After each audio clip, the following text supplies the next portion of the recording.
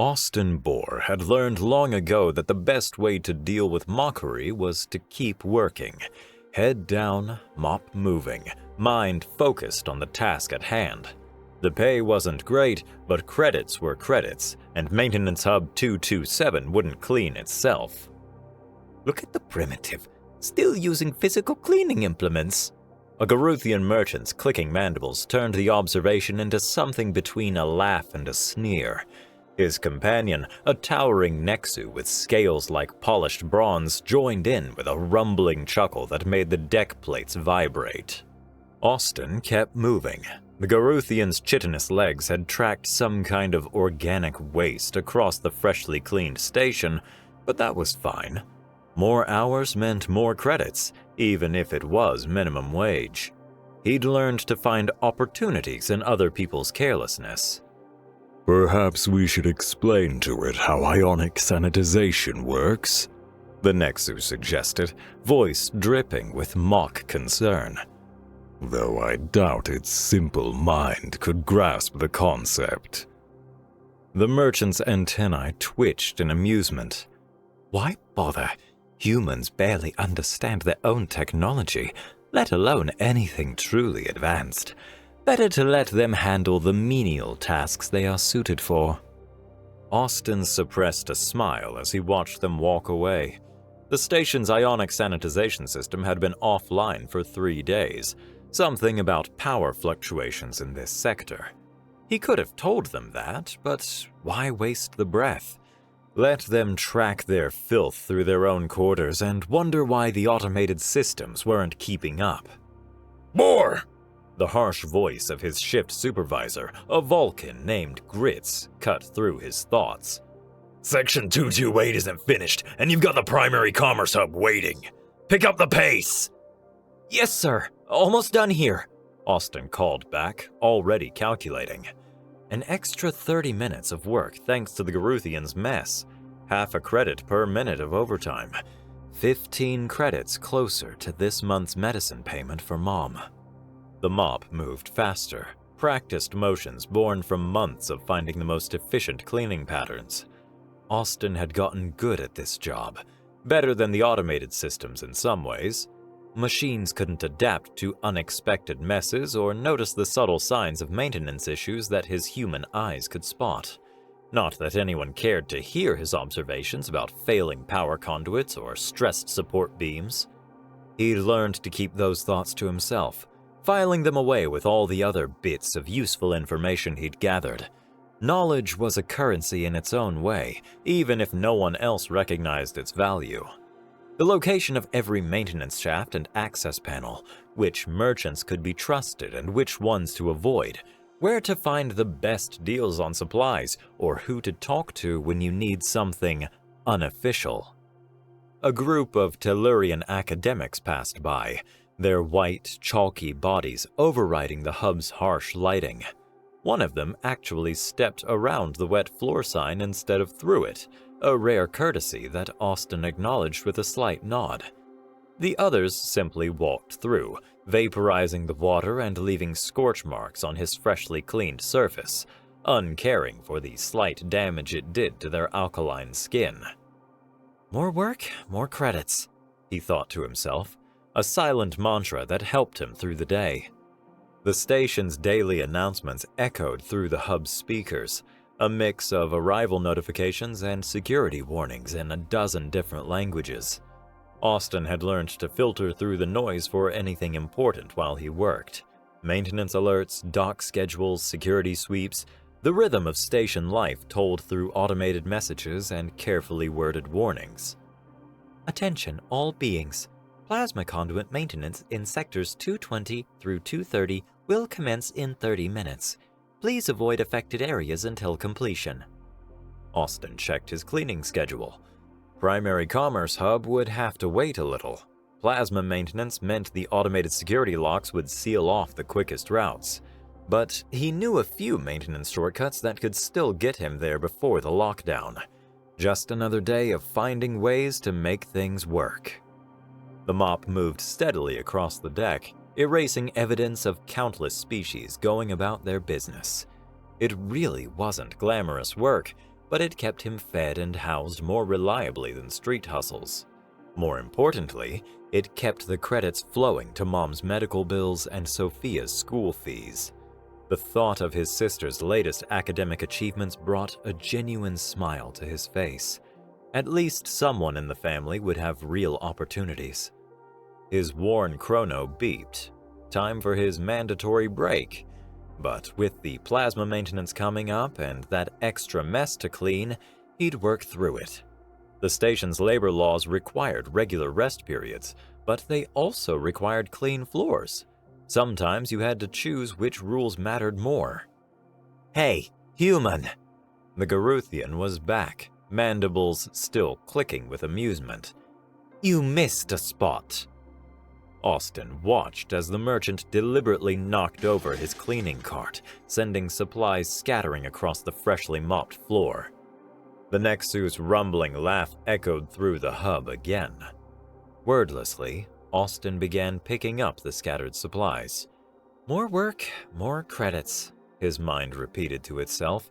But if he happened to remember this particular merchant's cargo authorization codes that he'd spotted on a dropped datapad, well, that was just good business sense. Information was currency after all. Someone like that definitely has rivals who'd love a look at his stock. The mop moved again, now erasing pettiness along with the day's accumulated grime. And Austin Bohr kept working. After all, he'd learned long ago that this was the best way to deal with mockery. Austin's back ached as he finished loading the cleaning supplies into their storage locker. 14 hours on shift. Longer than regulation, but Grits hadn't complained when Austin volunteered to cover Sector 235 after Merrick called in sick. The Vulcan supervisor might look down on humans, but he appreciated reliable workers regardless of species. "Bohr," the station's internal messaging system crackled. "Report to station management. Director Kvalzak requires your presence." Perfect. Nothing like a performance review after a double shift. Austin straightened his maintenance uniform as best he could, though there wasn't much helping the cleaning fluid stains or the worn patches on the knees. At least he'd had the foresight to keep a spare shirt in his locker for occasions like this. The administrative sections of Maintenance Hub 227 occupied the upper levels, where the station's more prestigious species could avoid mingling with the workers they supervised. Austin took the service lift, technically against regulations for non-emergency use, but the main elevators would have meant enduring more sophisticated sneers from beings who never worked a real day in their lives. Director Kvalzak's office door slid open at his approach. The Hegemony Administrator's massive form dominated the space behind his desk, 4 arms moving in precise patterns across multiple holographic displays. Like most of his species, Kvalzak's exoskeleton bore elaborate etchings denoting his rank and accomplishments.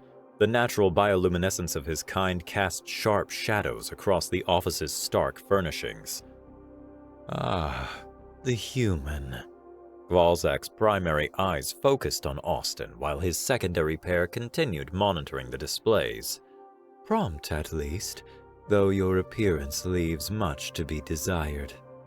Austin stood at attention, adopting the pose he'd learned satisfied most authority figures' need for deference. "Apologies, Director. I came directly from my shift as requested." Yes. Kvalzak's lower arms dismissed the displays while his upper pair retrieved a datapad. "Your shift. Let's discuss that, shall we? Your supervisor reports you've been working beyond scheduled hours again." "There was additional cleaning needed and I'm not interested in excuses," Kvalzak interrupted. "This station operates on precisely calculated schedules. When workers deviate from those schedules, it creates inefficiencies. Inefficiencies cost credits. You understand credits, don't you? Or does your species still use physical currency?" Austin kept his expression neutral. "I understand credits, Director." "Good. Then understand this. Your overtime costs my department credits. Credits that could be better spent upgrading to proper automated cleaning systems instead of relying on... One of Kvalzak's hands waved dismissively. Manual labor. The ionic sanitization system in Sector 227 has been offline which is precisely why we employ maintenance crews. Kvalzak cut him off again. Your job is to clean, not concern yourself with station systems beyond your comprehension, though I suppose I shouldn't expect a human to understand the complexities of proper task delegation. Austin noticed the director's bioluminescent patterns shift slightly, a sign of agitation he'd learned to recognize. The massive alien leaned forward, all 4 eyes now fixed on him. However, your supervisor also notes that you complete your assigned tasks adequately, if inefficiently, and finding replacements willing to work in the lower sectors is challenging. Kvalzak's mandibles clicked in distaste. So you will continue your employment with a warning. Maintain your assigned schedule, leave station systems to those qualified to manage them, and do try to present yourself more appropriately for future reviews. Understood, Director. Thank you for your time. Austin kept his voice carefully respectful, even as he noted the fresh scratches on Kvalzak's desk, signs of financial stress, if he recalled the species' habits correctly. Interesting that the director was so concerned about overtime credits. Dismissed. Kvalzak's attention was already back on his displays. And Boar, do something about that uniform. You represent this station, even if only its least desirable sections. Austin left without another word, taking the service lift back down to the lower levels. His worn chrono showed less than 4 hours until his next shift, just enough time to get home, check on Mom, and maybe catch a quick meal at Jorax's stall. The Sylvid cook always had leftover proteins at shift change, sold cheap to workers who knew how to ask. The lift doors opened onto the familiar grime of the lower sectors. Here, at least, no one cared about the state of his uniform. Here, results mattered more than appearances, and Austin had gotten very good at producing results, even if his methods didn't fit neatly into the station's precisely calculated schedules. He paused to help old Tekla with her malfunctioning door lock, a common problem in the lower sectors that station maintenance never seemed to prioritize. The elderly Mercon's gratitude would translate into prime salvage opportunities next time she sorted through the station's waste processing. Just another form of currency in a place where credits weren't always the most valuable commodity. His own quarters waited a few levels down, in a section even most lower sector residents avoided. But the rent was cheap, the neighbors minded their own business, and the distance from station security meant certain unofficial activities went unnoticed. Not a bad arrangement for those who find opportunities in being overlooked. The area Austin's quarters occupied is a forgotten corner of Maintenance Hub 227's lowest residential level, where the station's curved hull created awkward spaces too small for most species to inhabit comfortably. The door's security panel flickered weakly as he pressed his palm against it, another repair he'd have to handle himself. Station maintenance wouldn't venture this far down unless something was actively exploding. "I'm home, Mom," he called softly as he entered. The small space was meticulously organized, every square centimeter utilized. Medical equipment occupied most of the main room, quietly monitoring vital signs and dispensing carefully measured medications. Sarah Bohr lay propped up on the adjustable bed he'd pieced together from salvaged parts. Her thin face brightened at his arrival, though the smile didn't quite hide her discomfort. "You're late today. Extra shifts again?" Someone had to cover Sector 235. Austin checked the medical readouts as he spoke. Everything normal. Or at least as normal as it got these days. How's the new pain management routine working? Better than the last one. That Sylvan herbalist you found actually knows his stuff. She reached for the datapad beside her bed. Sophia sent another message. Top marks in xenobiology again. Austin grinned as he began preparing their evening meal from preserved rations. Of course she did. She's a bore. Too stubborn to do anything but excel.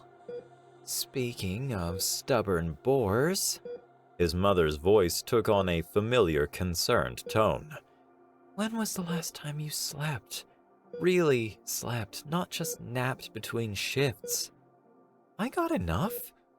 Austin focused on measuring out precise portions, his own small, hers carefully calculated to work with her medications. Got a line on some discounted supplements, too. The new Endarian merchant in Block 17 overstocked on human-compatible proteins. Austin? Her tone made him look up. She'd managed to push herself into a more upright position, worrying clear in her tired eyes. You can't keep pushing yourself like this. The doctors said, They said you need 3 more months of specialized treatment, he cut in gently, which we can afford as long as I keep up the extra shifts. Plus, Sophia's tuition payment is due next week. Your sister would understand If nothing. Austin brought her meal over, helping her adjust the bed's position. She's got a real shot at something better than cleaning up after Garuthians that need a shower. I'm not letting anything get in the way of that, not even Dad's debts. Sarah started to argue further, but was interrupted by a coughing fit. Austin quickly adjusted her oxygen feed, his movements practiced and efficient. They'd been through this routine too many times to count. The gang's collector came by yesterday, she said once the coughing subsided. While you were at work. Austin's hands stilled. What did they want? Just to remind us about next month's payment. They were polite about it. She carefully didn't mention the way they'd made their point by adjusting her medical equipment's settings. Austin could see the fresh scratches on the casings. I'll handle it. He kept his voice calm, though his mind was already calculating. The armor from last month's salvage run had brought in extra credits, but most of that had gone to Sophia's tuition. Maybe if he picked up some maintenance work on the side. There were always station residents looking for unofficial repairs. You shouldn't have to handle any of this. Sarah's voice was thick with guilt. If your father and I hadn't gotten involved with... Hey. Austin sat on the edge of her bed, taking her frail hand in his. We're family. Family handles things together. Even if some of us have to handle things from a fancy boarding school far away from all this. That earned him a small smile. She misses you, you know. Keeps asking when she can come visit. Once things are more settled. The same answer he always gave. Sophia didn't need to see their mother like this, or know about the real cost of her education. Maybe after her xenobiology certification, she can come show off her fancy degree to all the station snobs. He stood, gathering the empty meal containers. Try to rest. I've got about 3 hours before the next shift, and your monitoring equipment could use some calibration. Austin. Her voice stopped him at the room's small maintenance alcove where he kept his tools. I'm proud of you. Your father would be too. He didn't turn around, focusing instead on selecting the right diagnostic tools. Get some sleep, Mom. Doctor's orders. The next few hours passed in a blur of careful adjustments and minor repairs. Austin talked while he worked, telling her about his day. The amusing parts, at least.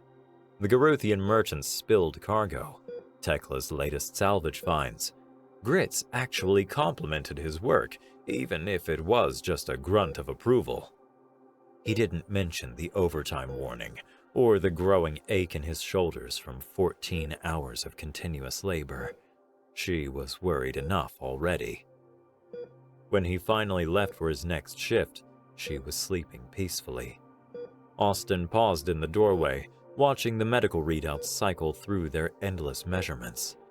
Not for the first time, he wished humans had evolved with some of the advantages other species took for granted. Enhanced strength, natural armor, rapid healing.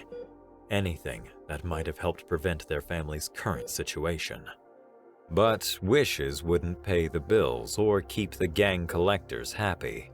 Action was the only currency that mattered, so Austin straightened his worn uniform, checked his tool belt, and headed out to face another shift in the endless cycle of survival on Maintenance Hub 227. At least the work was steady. Night shift in the lower sectors had its own rhythm. The endless bustle of commerce gave way to empty corridors and flickering lights, leaving Austin alone with his thoughts and cleaning equipment.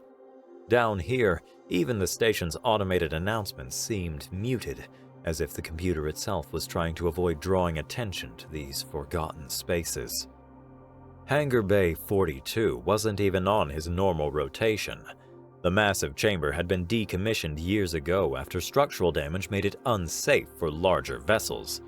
Now it served mainly as storage for abandoned equipment and the occasional smuggler's temporary hideout. Austin only checked it because Grits had complained about energy fluctuations in the sector. His boots echoed against the scarred deck plates as he approached the hangar's main control panel. The readouts were sporadic, power surges followed by complete dropouts. Nothing unusual for the lower sectors, except... "That's not right," he muttered, knowing the atmospheric pressure readings. They showed regular microfluctuations, like something was repeatedly breaking the bay's containment field. But that would mean... The entire chamber shuddered. Warning klaxons blared as emergency lighting bathed everything in harsh red. Austin barely had time to grab a support beam before the hangar's massive doors began cycling open. "Override!" he shouted at the control panel. "Emergency override! Authorization bore 727!" Nothing. The panel was locked out completely. Atmospheric pressure plummeted as the containment field struggled to compensate for the opening doors. Austin's ears popped painfully as he pulled himself along the support beam toward the nearest emergency shelter, a small, reinforced chamber designed for exactly this kind of containment failure. He was 3 meters from safety when something massive emerged from the darkness beyond the hangar doors. A ship, but unlike any he'd seen before. Its hull was scarred and pitted, covered in strange markings that seemed to absorb light rather than reflect it. It moved with eerie precision, gliding into the hangar as if guided by an invisible hand. The doors began closing the moment the vessel cleared them. Austin waited until the atmospheric pressure stabilized before emerging from his half-completed dive toward the shelter. His heart pounded as he approached the mystery ship, tool belt ready in case he needed to defend himself from whatever crew emerged. But nothing emerged. The vessel sat silently, its hull cooling with soft pings in the restored atmosphere. No running lights, no engine signature, not even the standard identification transponder that every ship was required to broadcast. Just dead metal and strange markings. "Right," Austin muttered, pulling out his handheld scanner. Because tonight wasn't interesting enough. The maintenance scanner gave results that were inconsistent.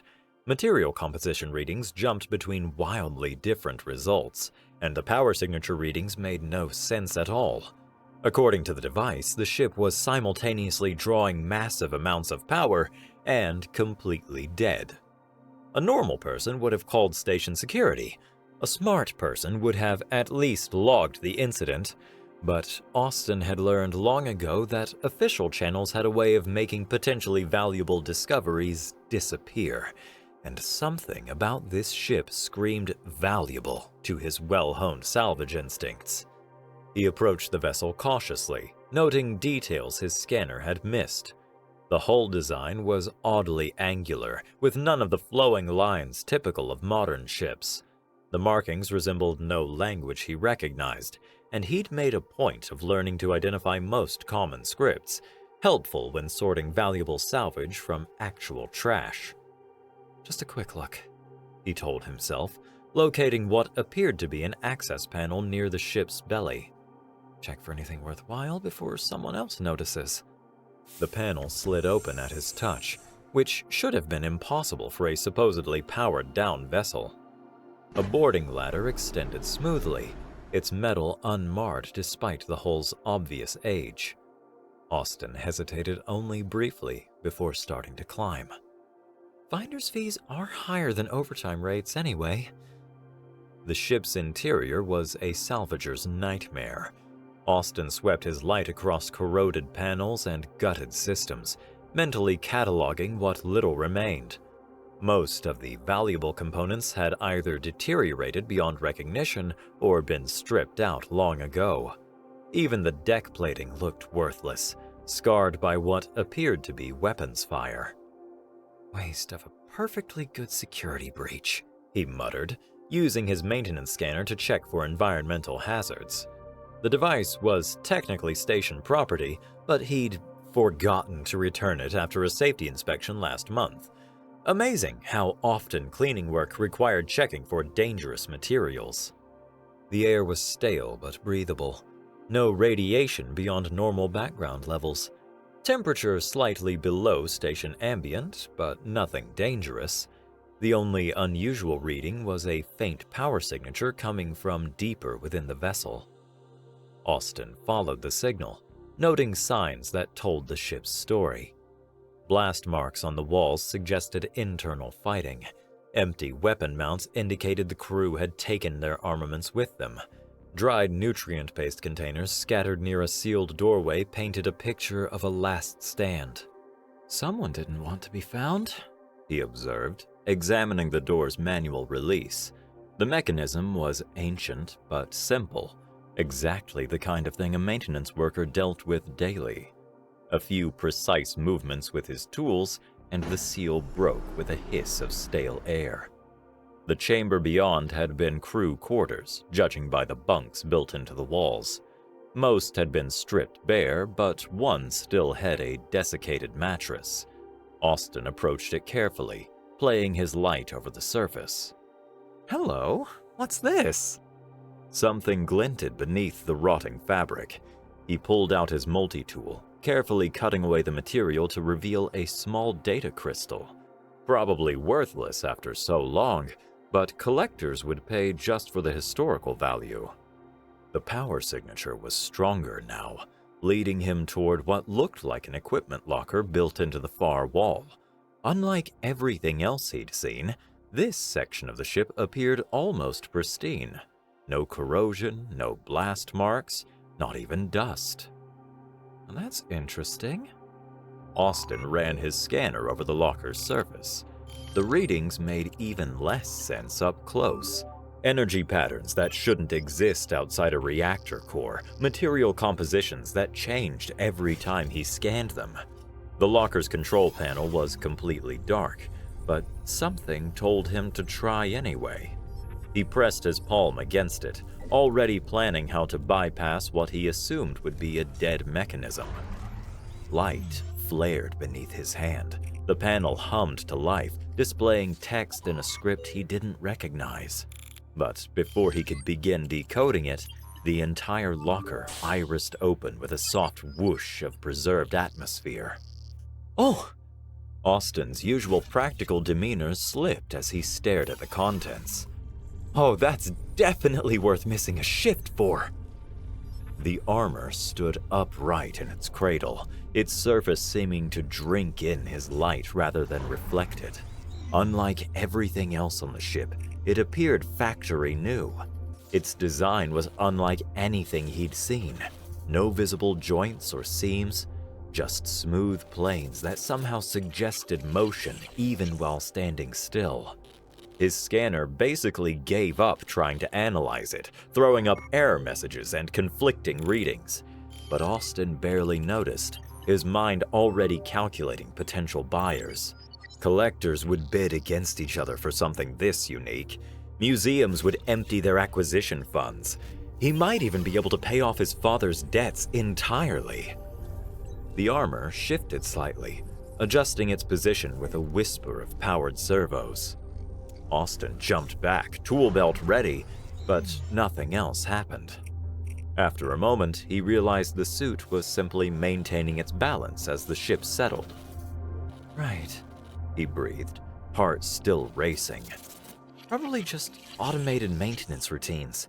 Nothing to worry about. Just need to figure out how to move you somewhere secure before... A distant clang echoed through the ship. Someone else had found the boarding ladder. Austin quick walked to the room's entrance, shutting off his light. Voices drifted up from below. Station security, probably investigating the hangar door malfunction. If they found him here... He looked back at the armor, then at his scanner showing the approaching life signs. No time to move it now, but maybe... The voices grew closer as Austin made his decision.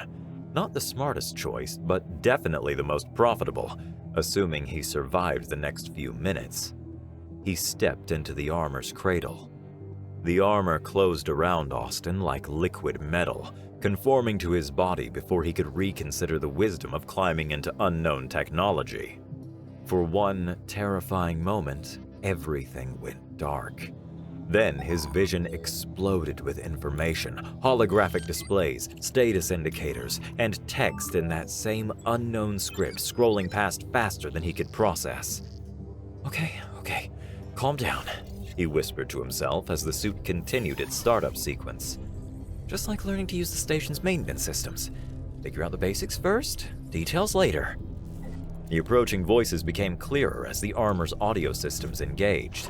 2 security officers, probably Vulcan based on their heavy footsteps. They were discussing power fluctuations and unauthorized access. Standard procedure would have them sweep the ship, bow to stern. Austin forced himself to focus past the dizzying array of displays, looking for anything resembling basic movement controls.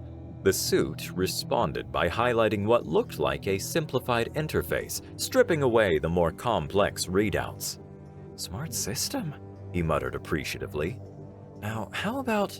The armor moved before he could finish the thought, carrying him into a shadow-filled corner of the room. The motion was smooth, almost natural, as if the suit had read his intent rather than waiting for specific commands. Level 3 security sweep. A gruff voice called from the corridor. Identify yourself if present. Austin held perfectly still, not trusting himself to control the armor's movements yet. The suit seemed to understand, adjusting its position minutely to maximize concealment. Light from security scanners played across the room's interior. Austin's heart pounded as the beams passed over his position, but the officers showed no reaction. Either their equipment couldn't detect the armor, or it was actively hiding from scans. Neither option did much for his peace of mind. Another dead end, one officer complained. Just like the last 3 sections. Protocol says we check everything, his partner replied. You want to explain to Central why we missed something important? Their lights lingered on the empty armor cradle. Looks like some kind of storage system. Probably stripped clean like everything else. Austin barely suppressed a laugh. The suit's camouflage capabilities were impressive, but what really sold it was these officers' basic assumption that anything valuable would have been taken long ago. Sometimes the best hiding spot was right in plain sight. The security team moved on, their footsteps and voices fading down the corridor. Austin waited until he was sure they were gone before attempting to move. The armor responded instantly, stepping out of the shadows with the same liquid grace it had shown before. Right, he breathed, experimentally moving his arms. The suit matched his motions precisely, neither adding nor restricting his natural range of movement. Time to figure out how to get you somewhere more private before they come back for a second sweep. He started toward the door, but stopped as new information flashed across his vision. The suit was broadcasting warnings, something about critical system initialization and mandatory calibration sequences. Austin didn't need to understand the exact text to recognize when technology was telling him to slow down. Fine, quick diagnostic first. Don't want you locking up halfway to the storage unit anyway. The armor's systems responded to his acceptance of the calibration, beginning what appeared to be a self-test sequence. Austin watched in fascination as readouts showed the suit testing everything from joint servos to power distribution. Each system reported optimal functionality, despite the ship's obvious age. A proximity alert suddenly flashed red in his peripheral vision. More security teams entered the vessel, along with what looked like technical specialists. They'd probably noticed the power readings from the armor's activation. Diagnostics can wait, Austin decided, moving toward the door with more confidence now. Let's see what else you can do. The armor seemed to agree, highlighting potential exit routes through the ship's structure. Austin grinned despite the situation. This was going to be interesting, assuming he survived long enough to profit from it. He just hoped the suit had auto-translation systems that would kick in soon. Hard to operate advanced technology when you couldn't read any of the labels. Austin had just finished hiding the armor in a disused maintenance shaft when the first explosion rocked the station. The blast wave rippled through the hull, strong enough to make even the massive structure's support beams groan in protest. "That's not good," he muttered, instinctively checking the shaft's structural integrity. The station's alert system blared to life, but instead of the usual clear warnings, only static emerged from the speakers. Someone was jamming communications. He started toward his quarters. Mom's medical equipment would need checking after a shock like that, but stopped as screams echoed from the direction of the main corridor. Not the usual panic of civilians during an emergency.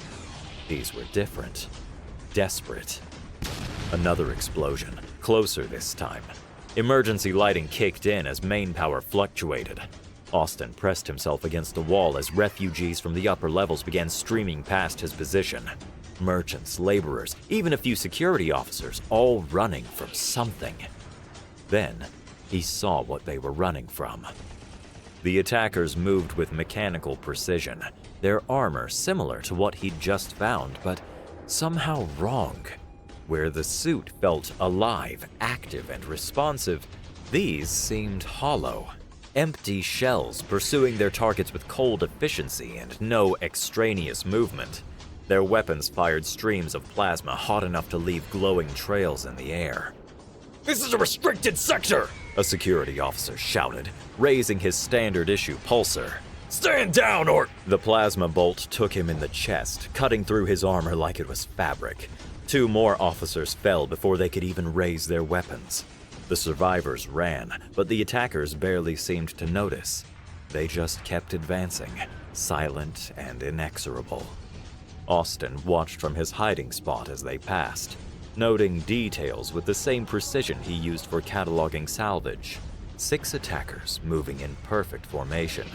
Their armor showed signs of extensive modification, added weapons, reinforced plating, but none of the smooth integration he'd seen in his suit, like someone had grafted modern tech onto ancient systems.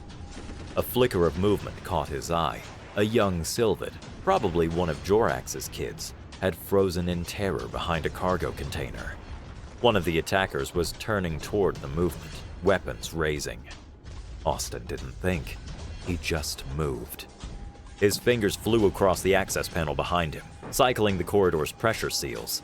The massive bulk door slammed shut just as the attacker fired, plasma splashing harmlessly against metal reinforced even against minor asteroid impacts. The Sylvid child stared at him with huge eyes before bolting toward the residential sections. The attackers simply turned and started to burn through the door. Turns out more plasma was greater than minor asteroids. Right, Austin muttered, already running. Because that would have been too easy. He ducked through maintenance passages and access tunnels, using routes learned from countless shifts cleaning the station's forgotten corners. The attackers were methodically sweeping each section, but they didn't know the station's layout like he did. Nobody did. Another explosion rocked the hull, bigger than the others. Austin checked a monitoring panel as he passed. Multiple hull breaches in the upper sectors. Emergency containment was failing in at least 3 areas, and the station's automated defenses, supposedly state-of-the-art, were completely silent. He reached his residential block to find chaos. Emergency lights strobed over scenes of panic as people tried to gather valuables or seek shelter. A group of residents was trying to force open one of the emergency escape pods, but the system's security lockouts remained active despite the attack. Austin! Tekla's voice carried over the noise. The elderly Mercon was trying to help organize an evacuation, her mechanical legs squealing in protest. The upper sectors are lost, security's gone dark, and Central's not responding to any signals. What about the lower sectors? He had to shout to be heard over the growing panic. Any word from emergency medical? Her ears drooped. Never a good sign. Power's out in most of Block 17. Life support failing in spots. Medical equipment. She didn't need to finish. Without power, his mother's medical systems would be running on emergency batteries. Maybe an hour of life support at most. Another explosion, closer now. The attackers were moving down through the station, sector by sector. Soon they'd reach the residential blocks. Austin looked at the panicking crowd, then back toward where he'd taken the armor. He thought about his mother's medical equipment, about the station's failing defenses, about all the people who couldn't reach the escape pods. "Tekla," he said, decision made. "I need you to do something for me. Check on my mom. Her backup batteries should last a while longer if you disconnect non-critical systems." The Mercon's whiskers twitched in confusion. Where are you going? To do something stupid. He was already running back the way he'd come. Probably get fired for it too. Behind him, emergency lighting cast strange shadows as more explosions lit up the station's interior. The attackers were getting closer, but they didn't know the station's maintenance routes, didn't understand its access systems and security protocols. Not like a janitor did. Time to see what else that armor could do. The armor closed around Austin faster this time, its systems interfacing smoothly with his nervous system. The holographic displays seemed clearer now, as if the suit was learning his preferences. Or maybe he was just getting better at reading them. "All right," he muttered, checking the maintenance shaft's security feeds. 3 hostiles moving through Block 16, 2 more sweeping the emergency shelters, and 1... He paused, watching a lone attacker methodically burning through security doors. 1 heading straight for the primary life support hub. The suit's targeting systems highlighted structural weaknesses in the corridor ahead, suggesting optimal engagement strategies. Austin ignored them. He had a better idea. "Let's see how well you handle waste disposal protocols." He cycled the maintenance shaft's access panel and dropped it into the corridor behind the lone attacker. The hostile's armor was bulkier than his, covered in grafted-on weapons and tech that ruined its original smooth lines. Like they were patching up holes instead of actually fixing things. Austin didn't waste time announcing himself. He simply reached for the environmental controls he'd repaired 100 times and executed an emergency purge. Pressurized cleaning solution meant for clearing toxic spills burst from ceiling vents, catching the attacker mid-turn. The hostile's modified armor sparked and sputtered as an industrial-strength cleanser found its way into jury-rigged seams. Austin followed up with a precise strike to the power distribution node he'd spotted, the same location where his own suit drew primary power. The attacker went down hard, systems shorting out. "Maintenance teaches you where things break," he commented to his fallen opponent, "and how they can really break." His armor's systems had already adapted to his improvised strategy, highlighting similar structural weaknesses in other targets. Austin grinned as he accessed the station's maintenance networks through his borrowed security credentials. Amazing how many critical systems a janitor could access in the name of cleaning duties. Nothing quite like daily pestering of apathetic overseers for permission to clean the areas they demanded you to clean. 2 more attackers rounded the corner, weapons charged. But Austin was already moving. He triggered fire suppression protocols, filling the corridor with high-density foam meant to combat plasma fires. The attackers' energy weapons splashed harmlessly into the chemical barrier. Their armor might be powerful, but it wasn't designed for the environment. Not like his suit, which moved through the foam like it was water. Not like someone who knew every maintenance access point and pressure seal in the sector. "Engineering deck, right?" he called out as he flanked them through a service tunnel. "That's where you're trying to go? A funny thing about engineering." He emerged behind them, using his armor's enhanced strength to tear open a waste processing panel. "Everything flows downwards." The pressurized waste system did exactly what it was designed to do: remove hazardous materials as efficiently as possible. The attackers disappeared down the garbage chute, their energy weapons useless against simple mechanical systems. "And people mock waste management," Austin muttered, already moving toward his next target. The suit's systems were fully online now, feeding him tactical data and structural analysis. But more importantly, it was patched into the station's maintenance diagnostics network. Through security cameras and environmental sensors, he tracked the remaining hostiles. They were advancing methodically, but their formation had gaps due to the ramshackle shape of the station. Gaps that someone intimately familiar with the station's layout could exploit.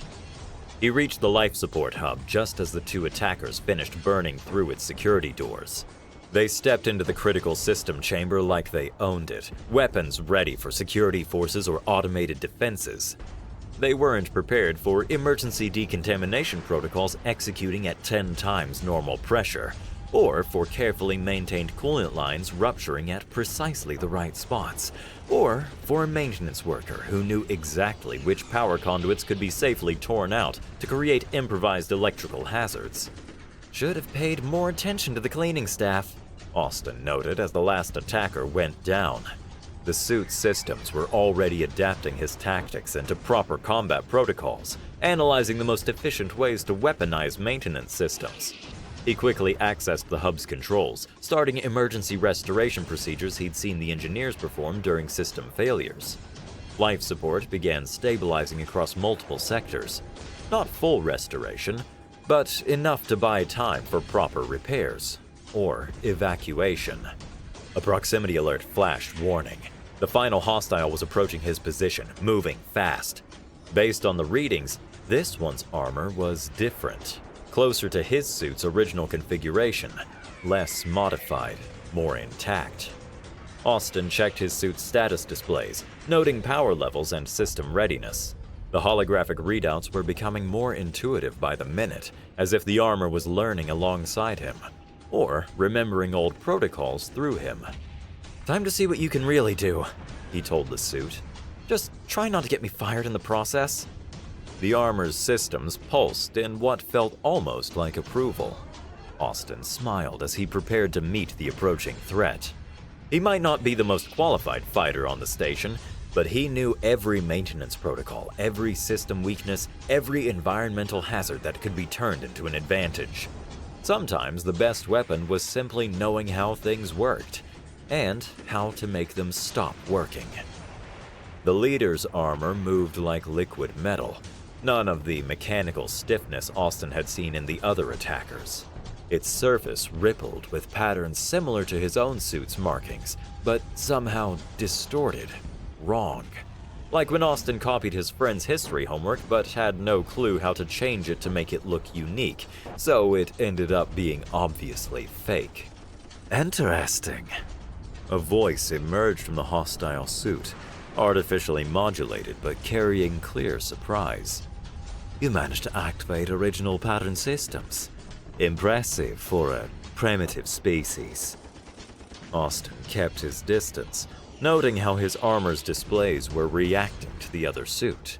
Warning indicators flashed across his vision, highlighting multiple weapon systems and power signatures far stronger than the previous attackers. "Wasn't that hard?" he replied, carefully moving to keep critical station systems between them. "Just had to read the manual.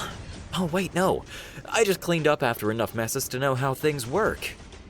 "You mock your own position. Yet you've eliminated 5 of my best soldiers using maintenance protocols and waste management systems." 6, actually. Austin gestured toward the disposal chute. Those two are probably reaching external processors about now. Hope they enjoy their trip through the station's septic systems. The other suit's surface rippled with what might have been anger. You think this is a game? We've spent decades searching for functional armor. Countless resources spent recovering and reverse engineering even partial systems. And you, a mere custodian, simply walk into a suit and master its basic functions in hours? That's the thing about cleaning up after people, Austin replied, already executing his plan through the maintenance networks. You learn all sorts of interesting shortcuts, like how certain power systems don't play nice with others. He triggered the emergency plasma venting sequence he'd set up during the previous fights. Superheated reactor coolant burst from carefully weakened conduits, forcing the leader to dodge. But Austin had already calculated the most likely evasion route, right into the path of a malfunctioning gravity plate. The leader's armor compensated for the sudden shift in local gravity, but the moment of adjustment was all Austin needed. He burst forward, using his suit's strength enhancement to tear into an exposed power junction. Electrical discharge cascaded through the corridor. Impossible! The leader snarled, weapons charging. Your species barely understands interstellar travel. You can't possibly... We understand plenty. Austin cut him off, diving through a maintenance access as energy bolts superheated the air. Like how recycling systems are designed to handle hazardous materials. He triggered another sequence. Emergency decontamination protocols activated, filling the corridor with caustic cleaning agents. The leader's energy shields flared as they tried to compensate. Your shields are impressive, Austin noted, watching through security feeds. But they're modified to handle military-grade weapons. Bet you never tested them against industrial-strength cleaning solutions. The kind used to dissolve radioactive waste? The other suit's surface began to corrode as protective fields failed. The leader fired wildly, but Austin was already moving through maintenance tunnels, flanking to a new position. Stop this! The leader's modulated voice carried genuine alarm now. You don't understand what you're interfering with! These suits are meant for a greater purpose! Maybe. Austin emerged behind his opponent, using his armor's strength to tear open another power conduit. But right now, they're just making a mess of my station, and I'm the janitor. The leader spun to attack, but his corroded armor was sluggish now. Austin's suit moved with fluid grace, every system responding perfectly to his intentions. The difference between original functionality and copied technology became startlingly clear. How? The leader demanded as his weapons sputtered and died. How are you doing this? Simple, Austin replied, executing his final protocol. I pay attention to details. Did you know life support systems can be reversed to extract the atmosphere in case it's poisoned by something? Emergency bulkheads slammed shut as the section's air began venting. The leader's damaged armor couldn't compensate fast enough. Systems already compromised by cleaning agents began to buckle under the pressure differential. Your suit's power systems are overloading, Austin observed through his displays.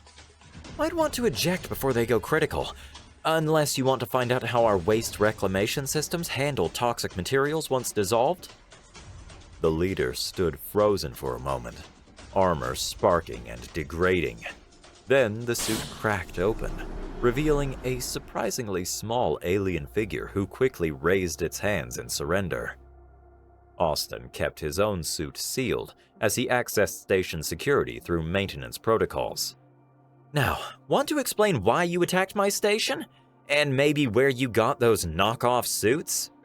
The alien's expression was unreadable, but its posture radiated defeat. We thought we'd finally found the way to restore our people's greatness. The suits were supposed to make us strong again. Funny thing about strength, Austin replied, watching station security finally arrive through his cleared routes. It's not about having the best tech, just knowing how to use what you've got. He looked down at his armor, feeling it pulse in sync with his movement, and maybe also keeping things clean. Austin found Director Kvalzak in his office, attempting to salvage data cores from the station's smoking administrative systems. The massive Hegemony Administrator's exoskeleton was scorched, his usual pristine etchings stained with emergency fire suppressant. Maintenance worker Bohr. Kvalzak's primary eyes fixed on Austin while his secondary pair continued monitoring the failing systems. I assume you have a good explanation for accessing restricted station protocols without authorization?